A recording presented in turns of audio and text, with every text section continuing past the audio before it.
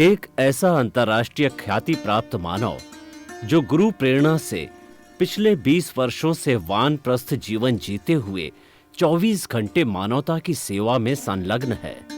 एक ऐसा मानव जो अभी राष्ट्रीय, अंतर्राष्ट्रीय टीवी चैनलों पर 7,500 एपिसोड के माध्यम से सनातन सत्य, आत्मविज्ञान एवं पुनरुत्थान, व्यवहार एवं निश्चय जगत के जीवनोपयोगी विषयों पर हृदय स्पर्शी प्रवचन कर चुका है।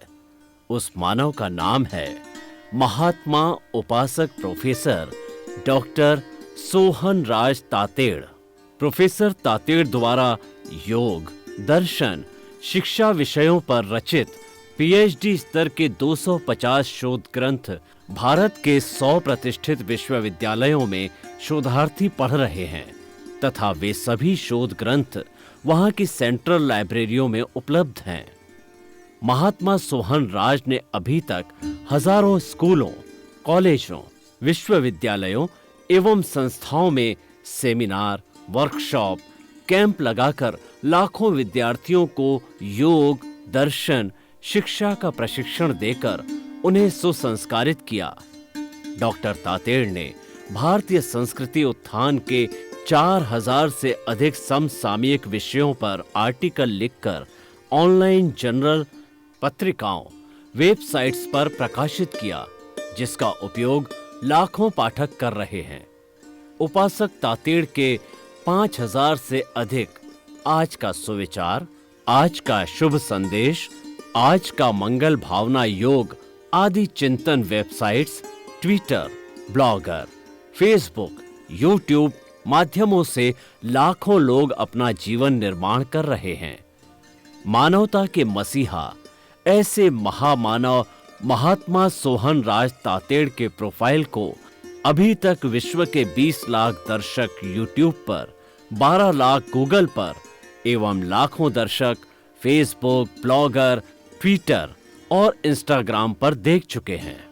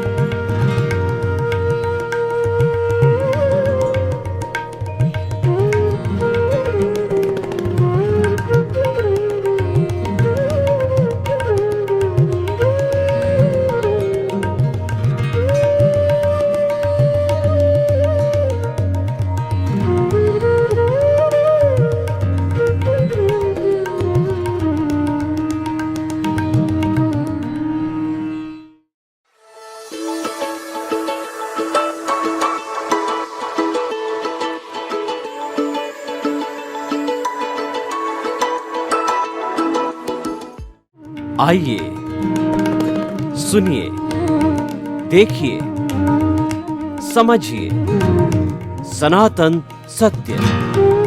जैसी दृष्टि वैसी सृष्टि, दृष्टि विज्ञान, कुदरत, कुदरती रचना एवं कुदरत के कानून से शाश्वत सुख की प्राप्ति। जोधपुर के परम पूज्य महात्मा उपासक प्रोफेसर डॉक्टर सोहन राज तातेड़ के निर्देशन में सनातन सत्य, जैसी दृष्टि वैसी सृष्टि, दृष्टि विज्ञान।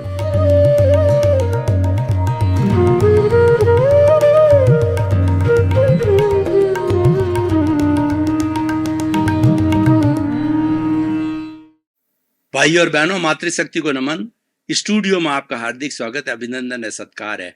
आत्मविज्ञान, साइंस ऑफ द सोल कार्यक्रम के अंतर्गत हम आपको सही दृष्टि, सही सोच, राइट विजन, राइट थिंकिंग के तहत आपको कुदरत, कुदरती रचना और कुदरत का कानून के तहत हम आपको सनातन सत्य बताते हैं और आपको यूनिवर्सल ट्रुथ देते हैं, आपको सार्वभौम सत्य बताते हैं। उससे आपको फायदा क्या है? उससे आपको फायदा ये कि आपको सनातन सुख की प्राप्ति होती है, ऐसा सुख कि उसके पीछे कोई दुख नहीं आता है, जिसको ब्लिस बोला जाता है। ये आत्मा का गुण है, आत्मा का लक्षण है। उसकी प्राप्ति के लिए हमने आत्मविज्ञान कार्यक्रम चालू किया है और ये सारा कार्य हम अलग अलग एपिसोड्स, अलग अलग विषयों के माध्यम से करते हैं। तो आज हमारा बहुत ही सुंदर विषय है, वो है कार्बन शरीर। भाई और बहनों, जैसा कि मैंने पूर्व के एपिसोड्स के अंदर बताया कि मनुष्य, कोई भी कार्यकर्ता, मनुष्य नहीं, कोई भी जीवित प्राणी जिसकी उसकी एक इंद्रिय है, जैसी गति है, जैसे कर्म है, उसके अनुरूप कार्य करता है, तो वह शरीर बिना नहीं कर सकता है। शरीर के लिए कहा गया शरीर माध्यम खलु धर्म साधनम। अगर मनुष्य धर्म की साधना करता है तो शरीर बिना वो नहीं हो सकती। शरीर एक मंदिर है और उस मंदिर के अंदर प्राण प्रतिष्ठा करके प्रभु की मूर्ति, बालाजी की मूर्ति, राम की मूर्ति, कृष्ण की मूर्ति, महावीर की मूर्ति जब प्राण प्रतिष्ठा के बाद बिठाई जाती है तो रोज हम उनके दर्शन करते हैं, जिन बिंब के दर्शन करते हैं। तो ये जो होता है, ये हमारा शरीर जो है वो एक मंदिर है। इसलिए शरीर को अशुद्ध नहीं करना चाहिए। क्यों नहीं करना चाहिए? कि जैसे मंदिर में भगवान विराजमान है, हमारे भीतर भी मूल स्वरूप वाला वही राम, कृष्ण और कुछ भी कहिए, वो वही है जो कि राम, जो कि चींटी में है, घोड़े में है, हाथी में है, ऊंट में, बैल में, गाय में, मतलब 84 लाख जीवा योनि की मूल आत्मा में वही शुद्ध परमात्मा है। और उसी को देखना है, उसको आत्मवत होना कहते हैं। जो फर्क हमको दिखाई देता है वो अपने अपने कर्मों के अधीन है। वो एक इंद्रिय होते हैं, द्विंद्रिय होते हैं, त्रिंद्रिय होते हैं, चतुरिंद्रिय होते हैं, पंचेंद्रिय होते हैं, नरक गति होती है, तिरिज गति होती है, मनुष्य गति होती है, देव गति होती है। और विशुद्ध आत्मा की बात करें जो मैंने अभी कही, तो वो हमारी आत्मा जो है वह हमारी विशुद्ध आत्मा है, मोक्षगामी होती, मोक्ष में सिद्ध शिला में निवास करती है। तो भाई और बहनों, मैं कार्बन शरीर की बात कर रहा था। कार्बन शरीर जो है गंगोत्री है, ये हमारा सोर्स है, ये हमारा वेयर हाउस है।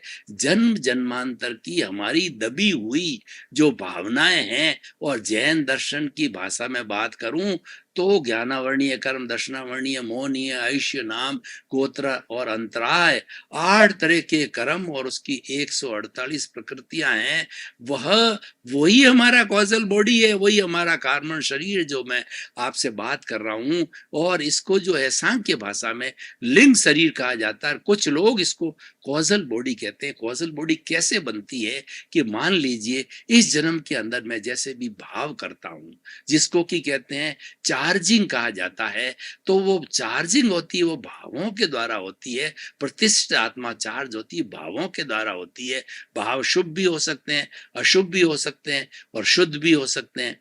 तो हमारे जैसे भाव होते हैं, उस भाव के अनुरूप जो है कॉज पड़ते हैं। एक भाव हमने भीतर चिंतन किया, वो भाव कहलाता है, अच्छा या बुरा, तो वो भाव कॉज कहलाता है। और हम उन कॉज की श्रृंखला बनाते हैं, हम बार बार चिंतन करते रहते हैं, अच्छा या बुरा, तो वो सारी कॉजल बॉडी बन जाती है। और ये जन्म जन्मांतर से इस शरीर के साथ चलती है। और मूल कहा जाए कि the reason of getting this gross body is our karmic body, is our causal body, is our that very abstract body that is called the causal body also। उसी कारण से ये शरीर कार्य रूप के अंदर मिलता है। अगर हमारा कार्बन शरीर नहीं है तो ये स्थूल शरीर नहीं मिलेगा। कैसे नहीं मिलेगा, मैं आपको उदाहरण देना चाहता हूं कि मैंने गेहूं के 2 दाने लिए। एक दाने को तो मैंने जो है जमीन के ऊपर जो है उसको जमीन में डाल दिया, फिर उसको पानी दिया, खाद दिया। हम गमले में भी डालते हैं तो क्या होता है, फलक फूटता है और वह पौधा धीरे धीरे गेहूं का बड़ा होने लगता है। अब दूसरे को मैंने क्या किया कि दूसरे गेहूं के दाने को मैंने तवे पर भून दिया। भून देने से उसके भीतर जो शुद्ध आत्मा थी, भीतर जो जीव था, भीतर कॉन्शियसनेस थी, तो वह जन्म लेने वाली वो यानी उसके साथ जो कॉजल बॉडी थी वह भी जल गई। अब उसको अगर मैं वापस जो है उसी तरह से उसको उगाऊं तो वो नहीं उगेगा, क्योंकि उगने वाली वो कॉजल बॉडी है। अगर हम संपूर्ण कर्मों को नष्ट करते देते हैं, संपूर्ण कॉजल बॉडी को समाप्त करके जीरो कर देते हैं, ये हमारा ये सारा भुगतान है और ये जड़ है, ये हमको करना ही पड़ेगा। ये हमारा व्यवहार जगत है। व्यवहार शुद्धि बिना निश्चय शुद्धि नहीं है। मुक्ति में जाने के लिए आपको ये व्यवहार शुद्धि करनी पड़ेगी, सब लेन देन करना पड़ेगा। लेन देन करने के लिए माता पिता भाई बहन पति पत्नी ये सब पार्टियां हैं। जैसे कि हम बिजनेस के अंदर काम करते हैं तो हमारी रॉ मटेरियल की पार्टी होती है, फिनिश प्रोडक्ट की पार्टियां होती है, और कई भी तरह की हमारा बीच वाले जो काम करने वाले वो भी पार्टियां होती है। तो कोई लेने वाला होता है, कोई देने वाला होता है, कोई डेबिट वाला होता है, कोई क्रेडिट वाला होता है, तो उसी ये सारा भुगतान होता है। ठीक उसी तरह से हमारा कर्मों का जो उदय भाव है, कर्मों का जो प्रारब्ध है, तो ये हमारी प्रकृति नेचर माँ है, वह उस जो है निमित्त को लाके खड़ा कर देगी। कैसे? पिछले जन्म के अंदर मैंने किसी व्यक्ति के 50,000 रुपए खाए, उसने बेचारे ने बहुत मेहनत करी लेकिन मैंने नहीं लौटाए, तो इस जन्म के अंदर वो 50 के 60,000 हो गए मान लो ब्याज सहित। तो प्रकृति उस निमित्त को, प्रकृति की ड्यूटी है, वह संजोग जुटाती है। तो वह उस व्यक्ति को वो पिछले जन्म के अंदर जिसको पैसे मेरे मांगता था, उसको किसी रूप में, व्यापारी के रूप में, औरत के रूप के अंदर, किसी भी गाय भैंस किसी भी रूप में थी, वो लाके खड़ा कर देती और मुझे उसका भुगतान करना पड़ेगा। उदय भाव आ गया था तो वो मांगने वाला मेरे से 60,000 ले लेगा। तो फिर मैं कहता हूँ भाई मैंने तो तुम्हारे से लिए ही नहीं है, तुम मेरे पैसे लौटाओ। वो 60,000 रुपया बिजनेस में, व्यापार में जो ट्रांजैक्शन चलता है उसमें दबा लेता है। खूब कहते हैं भाई मैंने तुम्हारे कुछ कोई पैसा, तो मैंने तुम्हारे साथ कोई धोखा किया ही नहीं, तुम मेरा पैसा क्यों खा रहे हो? उसको पता नहीं पिछले जन्म के अंदर तुम उसका हड़प करके आए थे, इसीलिए वो आपका हड़प कर रहा है। दोनों कोई पता नहीं है, लेकिन ये अकरेंस हो जाती है, ये हो रहा है। ये हम करना नहीं चाहते हैं, न तो आप तो लेना चाहते हो, वो देना नहीं चाहता है, तो ये हो रहा है हर क्षण हमारे साथ में उदय भाव के अनुसार, बिना चाहे हुए भी हो रहा है। आप देखते हो 24 घंटे के अंदर बहुत सी ऐसी चीजें हम नहीं चाहते हैं लेकिन हो रही है। वो इसीलिए रही है कि हम लेके आए। जो ध्वनि हमने पिछले जन्म में की थी उसकी प्रतिध्वनि हमें इसमें मिल रही। जो एक्शन हमने किया था पिछले जन्म में उसका रिएक्शन मिला था। जो पिछले जन्म में कॉज डाले थे उसका इफेक्ट आज हमें मिल रहा है। बिना without the cause there is no effect at all, without the reason there is no occurrence of anything at all। तो इसीलिए ये सारा प्राकृतिक नियम है, ये कुदरत का कानून है, कुदरत की रचना है, ये सनातन सत्य है, ये होता रहता है। तो ये सारा कार्बन शरीर से जुड़ा हुआ होता है। इसलिए भाई और बहनों गंगोत्री है। गंगोत्री कैसे मैं आपको बताना चाहता हूं कि जो भगवान शिव की जटा के अंदर गंगा थी, भगीरथी जी ने हरिद्वार में बैठ करके, जो कि राम के जो पूर्वज थे, उन्होंने बैठ करके तपस्या करी कि शिव जी की तपस्या करी कि आप जो है यहाँ हमारी पृथ्वी पर बहुत से पापी हो गए हैं, तो आप पापियों का उद्धार करने के लिए आपकी चोटी को खोलिए और उस गंगोत्री को, उस गंगा को जो है हमारे हरिद्वार पे बहाइए और धीरे धीरे पूरे देश में बहती बहती है पापियों का उद्धार करती हो। गंगा जल पवित्र होता है। जब हमारी मृत्यु हो जाती है तो हमारी मुक्ति के लिए, हमारे अच्छे के लिए, अच्छी गति के लिए गंगा जल पिलाया जाता है। इतना पवित्र है क्योंकि ये बहुत भगीरथ प्रयत्न करने के बाद, भगीरथ जो है वो मुनि जी के द्वारा जो तपस्या करने के बाद में ये मिला था, जो कि राजा राम के पूर्वज थे। तो इसीलिए वो गंगोत्री में ले जाना चाहता हूं। वो गंगोत्री कार्बन शरीर है, सब कुछ उसमें जुड़ा हुआ है। और भाई और बहनों मैं आपको बताना चाहता हूं कितनी बड़ी विचित्र बात है कि जन्म जन्मांतर की आपकी जितनी भी प्रॉपर्टी है, जितने भी आपका लेना देना है, वो इस चिप में जमा रहता है। अभी मोबाइल का जमाना है, आपने देखा होगा कि एक चिप कितना छोटा होता है और उसकी 100 GB, उसकी जो है 100 GB वॉल्यूम होता है। 100 GB का मतलब इस पूरे बड़े कमरे में जितनी किताबें आ सकती है वो सारी की सारी जो है उस अकेले एक मेमोरी कार्ड में आ जाती है। ये सूक्ष्म का जगत है। तो ये हमारा जो कार्बन शरीर है बहुत ही सूक्ष्म है। कार्बन शरीर होता है चतुस्पर्शी पुद्गलों का होता है, वर्ण गंध रस स्पर्श वाला होता है। और चतुस्पर्शी पुद्गल जो है दो तरह के होते हैं परमाणु। अष्टस्पर्शी आंखों से दिखाई देते हैं, फोटो लिया जाता है। चतुस्पर्शी है जिसका कोई फोटो अभी तक वैज्ञानिकों ने नहीं लिया, आंखों से दिखाई नहीं देते हैं, परंतु वो वर्ण गंध रस वाले जो है वो हमारा जड़ है। और उसको अवधि ज्ञानी, मन प्रयोग ज्ञानी और जो है केवल ज्ञानी तो देख ही सकता है सारी चीज को। तो वो प्रत्यक्ष ज्ञानी जो होते हैं वो प्रत्यक्ष ज्ञान के द्वारा देखते हैं। तो मैं बात कर रहा था उस कार्बन शरीर की, उस कॉजल बॉडी की, जो कि विज्ञान कहता है चतुस्पर्शी मास लेस पार्टिकल है। ये जन्म जन्मांतर की अगर सब ये इनकी मास होती, इनका कोई वजन होता, तो हमारा शरीर जो है वो हाथी से कम नहीं होता, डायनासोर से कम नहीं होता। इतना वजन है जन्म जन्मांतर का।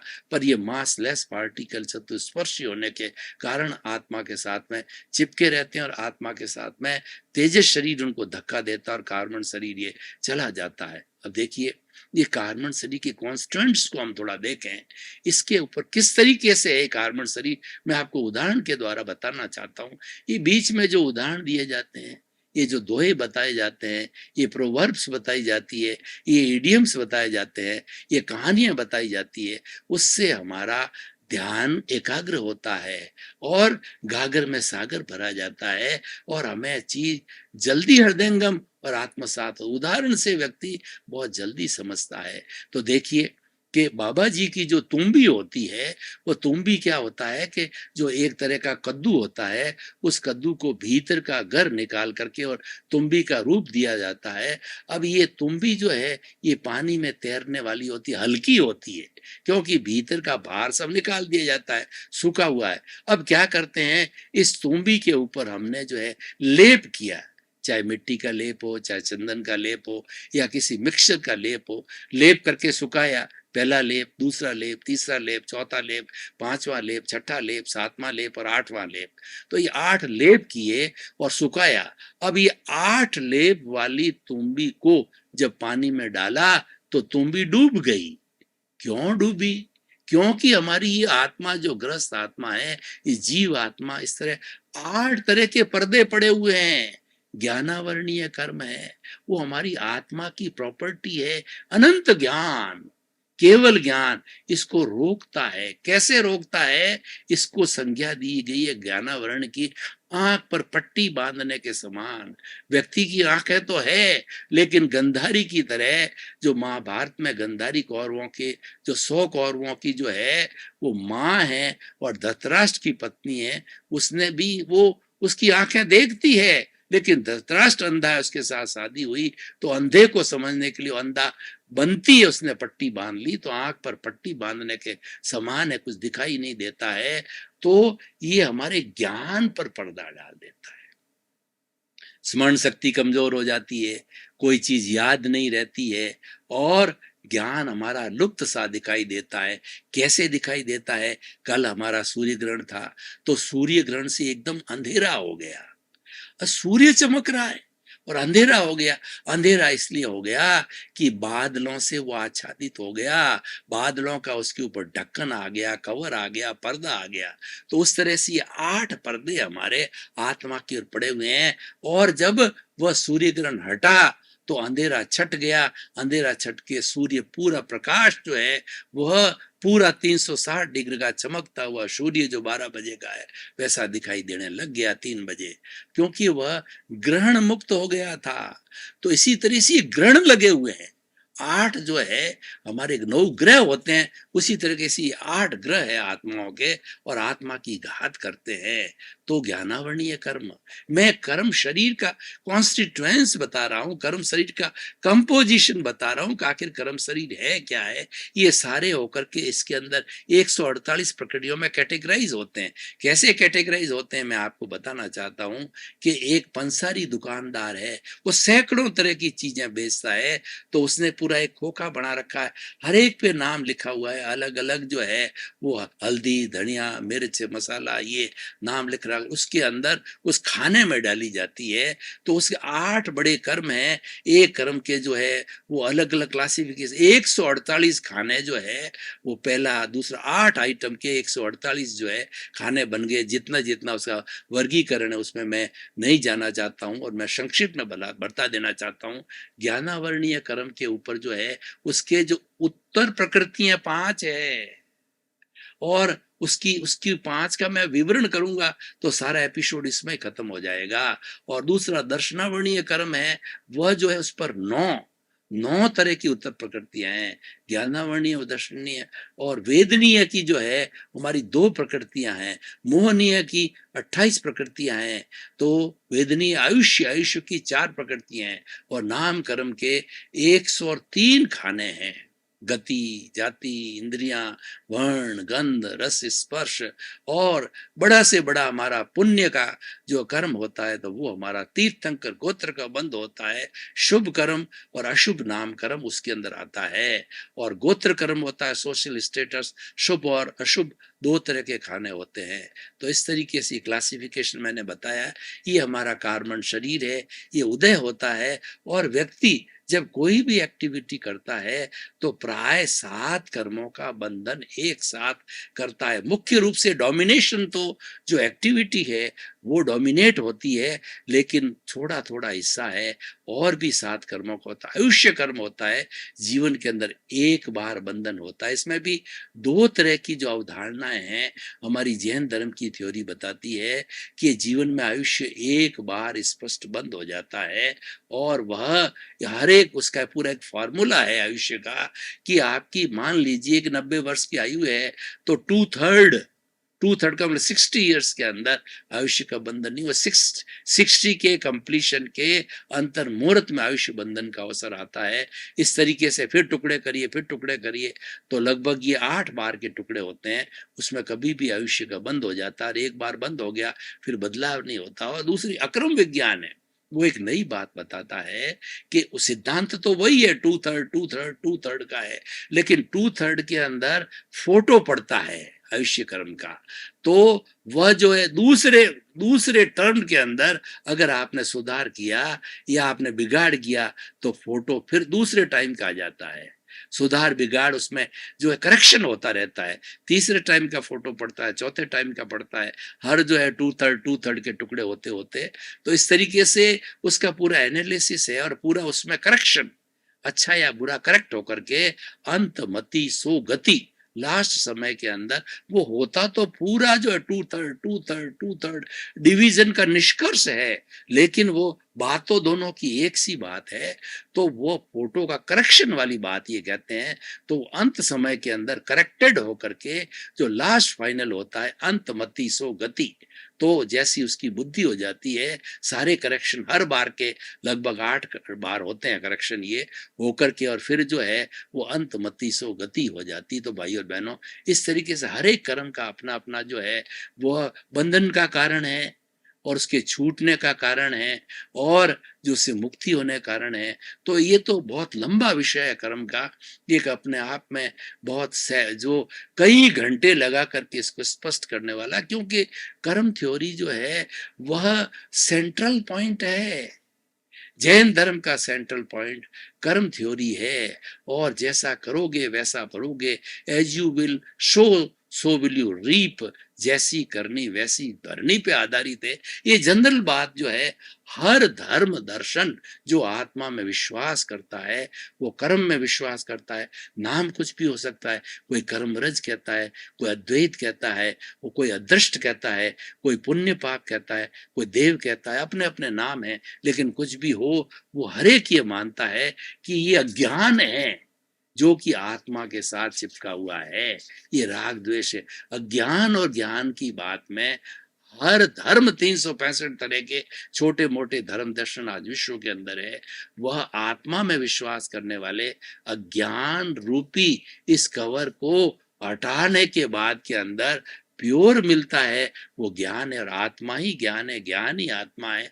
ये संक्षेप में सभी एक कॉमन पॉइंट पे आते हैं, स्वीकार करते हैं। ये सब जुड़ी हुई है कॉजल बॉडी से, ये सब जुड़ा हुआ कर्म शरीर से, जो आज हमारा विषय है। तो हमारा मूल उद्देश्य क्या है? इस कार्बन शरीर जो अनादि अनंत काल से आत्मा के साथ में फेविकॉल की तरह जुड़ा हुआ है, इसको अलग करना, रासायनिक क्रिया करना।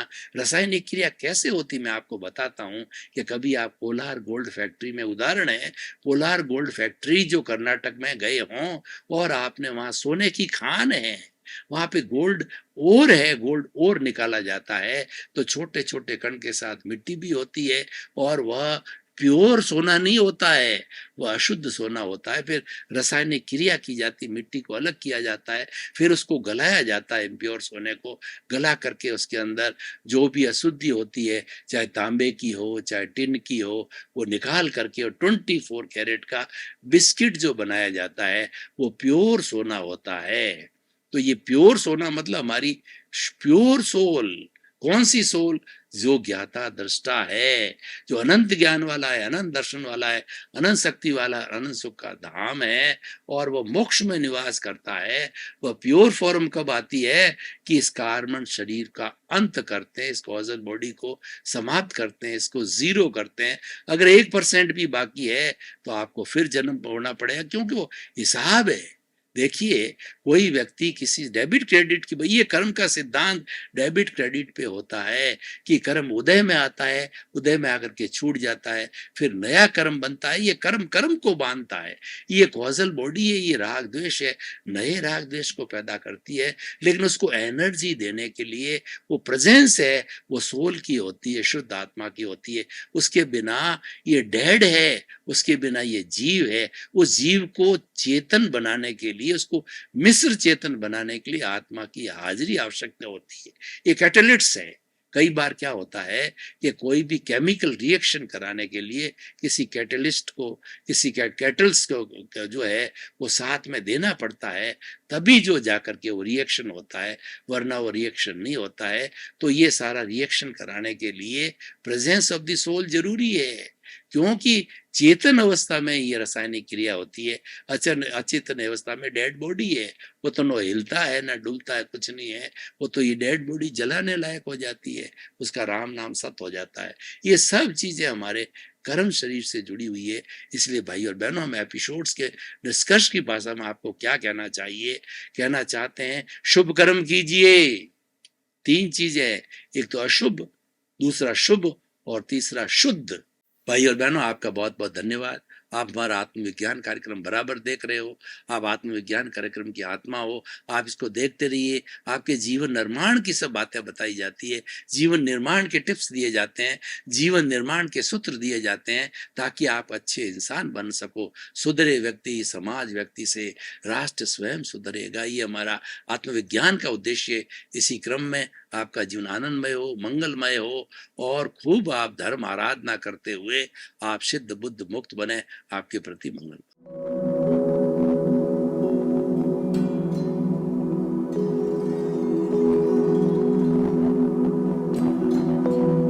एक ऐसा अंतर्राष्ट्रीय ख्याति प्राप्त मानव जो गुरु प्रेरणा से पिछले 20 वर्षों से वानप्रस्थ जीवन जीते हुए 24 घंटे मानवता की सेवा में संलग्न है। एक ऐसा मानव जो अभी राष्ट्रीय, अंतर्राष्ट्रीय टीवी चैनलों पर 7,500 एपिसोड के माध्यम से सनातन सत्य, आत्मविज्ञान एवं पुनरुत्थान, व्यवहार एवं निश्चय जगत के जीवनोपयोगी विषयों पर हृदय स्पर्शी प्रवचन कर चुका है। उस मानव का नाम है महात्मा उपासक प्रोफेसर डॉक्टर सोहन राज तातेड़। प्रोफेसर तातेड़ द्वारा योग, दर्शन, शिक्षा विषयों पर रचित पीएचडी स्तर के 250 शोध ग्रंथ भारत के 100 प्रतिष्ठित विश्वविद्यालयों में शोधार्थी पढ़ रहे हैं, तथा वे सभी शोध ग्रंथ वहां की सेंट्रल लाइब्रेरियों में उपलब्ध हैं। महात्मा सोहन राज ने अभी तक हजारों स्कूलों, कॉलेजों, विश्वविद्यालयों एवं संस्थाओं में सेमिनार, वर्कशॉप, कैंप लगाकर लाखों विद्यार्थियों को योग, दर्शन, शिक्षा का प्रशिक्षण देकर उन्हें सुसंस्कारित किया। डॉक्टर तातेड़ ने भारतीय संस्कृति उत्थान के 4000 से अधिक समसामयिक विषयों पर आर्टिकल लिखकर ऑनलाइन जर्नल, पत्रिकाओं, वेबसाइट्स पर प्रकाशित किया, जिसका उपयोग लाखों पाठक कर रहे हैं। उपासक तातेड़ के 5000 से अधिक आज का सुविचार, आज का शुभ संदेश, आज का मंगल भावना योग आदि चिंतन websites, Twitter, blogger, Facebook, YouTube माध्यमों से लाखों लोग अपना जीवन निर्माण कर रहे हैं। मानवता के मसीहा ऐसे महामानव महात्मा सोहन राज तातेड़ के प्रोफाइल को अभी तक विश्व के 20 लाख दर्शक यूट्यूब पर, 12 लाख गूगल पर एवं लाखों दर्शक फेसबुक, ब्लॉगर, ट्विटर और इंस्टाग्राम पर देख चुके हैं।